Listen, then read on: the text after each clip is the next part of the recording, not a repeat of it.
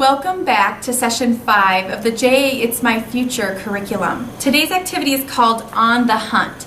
So far we've been talking to the students all about the job opportunities that are ahead of them, to think about what they'd like to do and how we might get there. So now we want to challenge them to think about, what if you really are ready to get that job? What are those steps? What are some of those elements that are going to help you on that job hunt?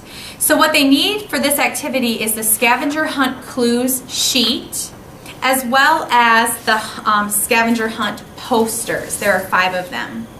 What you're going to want to do is hang up these posters around the room, and you want to make sure to hang them with enough space for the students to be able to mill around the room. So you don't want to put them right next to each other. Try to space them out around the room.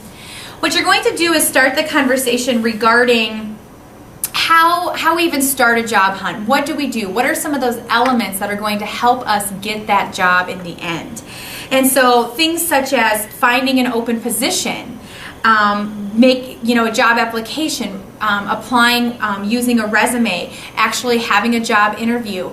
All of these elements go into the actual job hunt process. Now we realize that these are middle school students, and that more than likely they are at this point not getting jobs that they're going to have to do any of this information with, if they are potentially dog sitting or babysitting or doing some of those yard work types of things.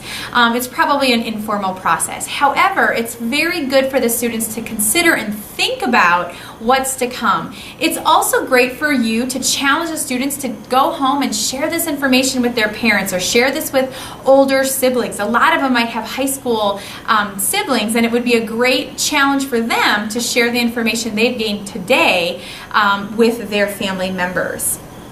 So the activity today, there's really not a lot of introduction, and really it's self-explanation, it's self-exploring using a scavenger hunt option. So you've hung up these 5 posters. Now these 5 posters are filled with information. Each of them have a different topic. For example, this one is the job interviews. It's what you should do in a job interview and some of the don'ts. And so you are really not prefacing this information in the beginning of this activity. The students are going to be intrinsically learning throughout this activity. So what the book suggests that you do is to have the students each get one of these scavenger hunt clues sheets, and to just work. I think it says to give them like 30 minutes, 35 minutes to complete this activity. Now, from my experience, the students started getting frustrated and lost interest, and they started giving up at about that 15-minute mark. So a suggestion would be to partner the students up so that they can work in pairs. This way they're still getting the content, but sometimes it's more fun to work with someone else. So I would suggest doing that. It will expedite the process a little bit. But it also makes it a little bit more fun and less cumbersome. They can choose to work on them together. They can split up the questions however they want to work, but I would encourage you to allow them to work in pairs. The other thing I would do is to potentially have some sort of incentive to keep the students engaged. So you might want to say that the first person who completes the scavenger hunt with the most correct answers gets a small treat. Maybe you can bring in a piece of candy or something like that. That will keep them motivated, and it will keep them on task to try to be one of the first people to complete it. You'll notice that you do have the answers found here in your guidebook. One thing to note is that the second question says to list an animal found on one of the posters. Now, the answer the guidebook says is pig. However, from personal experience in the classroom, there was lots of discretion because there are a couple other animals listed. There's paw prints on one, so there are a couple other animals that might be able to be referenced. You can use your discretion as to which answers you will take, but just know if it comes down to a tie at the end, they take that very seriously.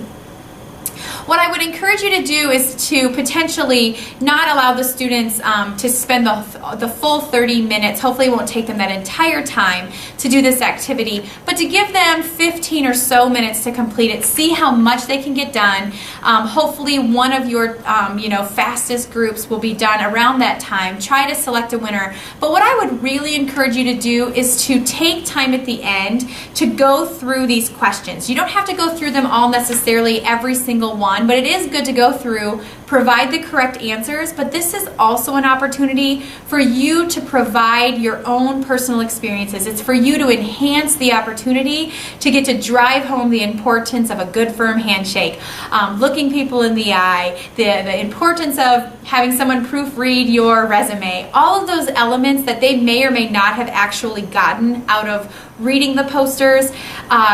I would encourage you to kind of do this inventory on your own before you go into the classroom, to look at the posters and to really use some of that information to pull out in your ending summary and review some of those key elements of the importance of what it took for you to get the job you've gotten. If you're in some sort of HR or management position, please share some of the ideas. Teachers love when JA volunteers share personal examples, what has worked well, what has gotten you where you are today. But they also love when we share potentially challenges, failures we've had, and what we did to overcome them. Sometimes students can learn from our mistakes just as much as they can learn from our successes. So this is a fun, hands-on activity that really gets the students engaged and interactive. Please, please, please take the opportunity to pull in your personal experiences to enhance this activity with those real-life examples. Enjoy session 5.